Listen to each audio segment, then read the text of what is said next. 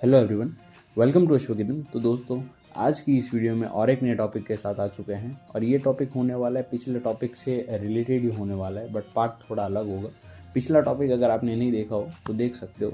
तो वो टॉपिक था कि how to start a Kathiawadi colt for breeding. ये है कि how to start breeding of your Kathiawadi filly और मेयर, कि अब कब एक घोड़ी को पहली बार जंप दे, पहली बार मतलब कब उसको कंसीव कराने के लिए लेके जा सकते हो, या फिर कौन सी सही उम्र है।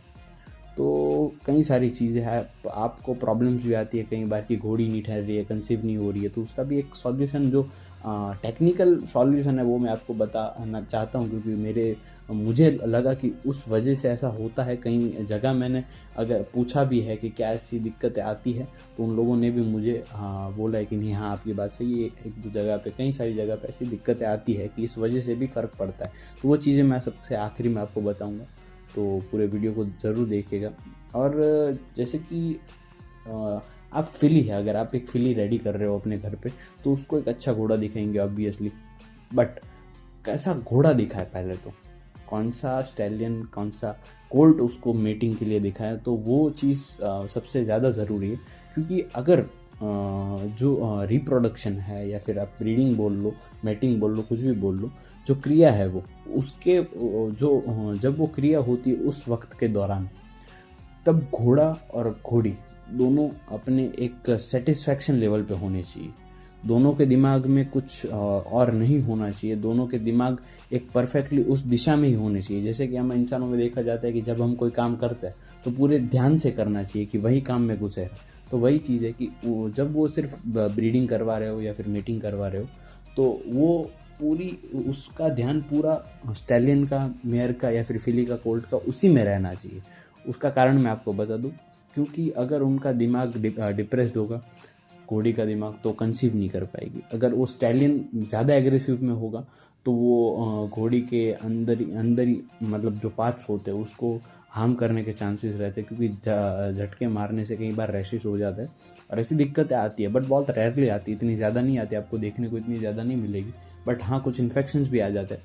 तो दोनों का एक घोड़ा अगर सिलेक्ट करें तो सबसे पहले ना ही उसकी प्रोजेनी, ना ही उस खुद को उसको देखें, पहले उसका बिहेवियर देखें कि उसका बिहेवियर कैसा है, घोड़े का बिहेवियर कैसा है। कई घोड़े ऐसे थे पहले कि जब उनको मीटिंग के लिए लेके आते थे पुराने ज़माने में, तब चला के लेके आते थे और वही लगाम पे डायरेक्ट छोड़ देते थे। तो वो घोड़े पेशेंस वाले थे, उनका बिहेवियर इतना शांत था कि वो इतना ज़्यादा और कुछ नहीं सोचते थे, खुद डिप्रेस्ड नहीं रहते थे, इसलिए घोड़े ब्रीडिंग बहुत अच्छा कर पाते थे। और उनका सीमन भी इतना स्ट्रांग होता था, क्योंकि उनके एक पोटेंशियल, एक दिमागी संतुलन की वजह से उनका जो सीमन होता है बहुत अच्छा रहता था। तो उस वजह से घोड़ा एक अच्छी ब्रीड कर पाता। और अभी बात करते हैं कि घोड़ी की सही उम्र क्या होती है मेट करवाने की। तो आप घोड़ी को जैसे कि मैंने पिछली वीडियो में बताया था, घोड़ा 6 साल में डेवलप होता है, पर घोड़ी 5.5 साल में हो जाती है, ऐसा माना जाता है, 5.25 या 5.5 साल में हो जाती है। तो आप घोड़ी को एक साल कम, मतलब 4.5 साल में भी कवर करवा सकते हो। बट मेरे हिसाब से पहले बहुत केयर रखें।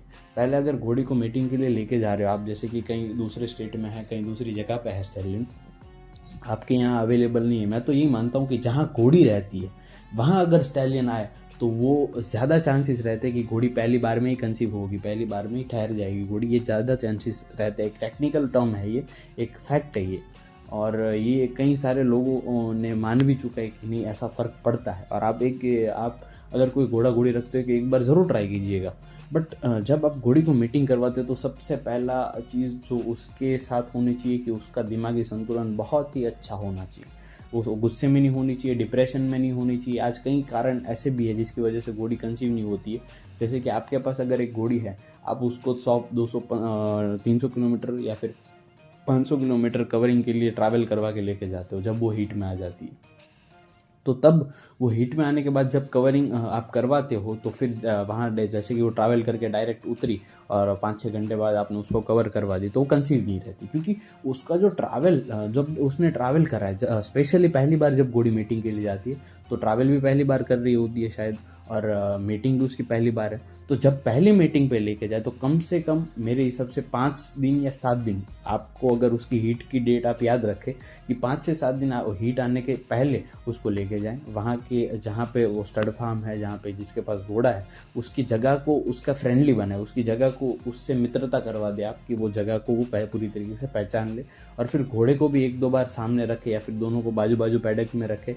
अगर अच्छा घोड़ा होगा तो कुछ ज़्यादा फर्क नहीं पड़ेगा, बट बाजू बाजू में रखेंगे तो उसको पता चल जाएगा, वो नेचुरली हीट में आ जाएगी उसके साथ में रहने के कारण से।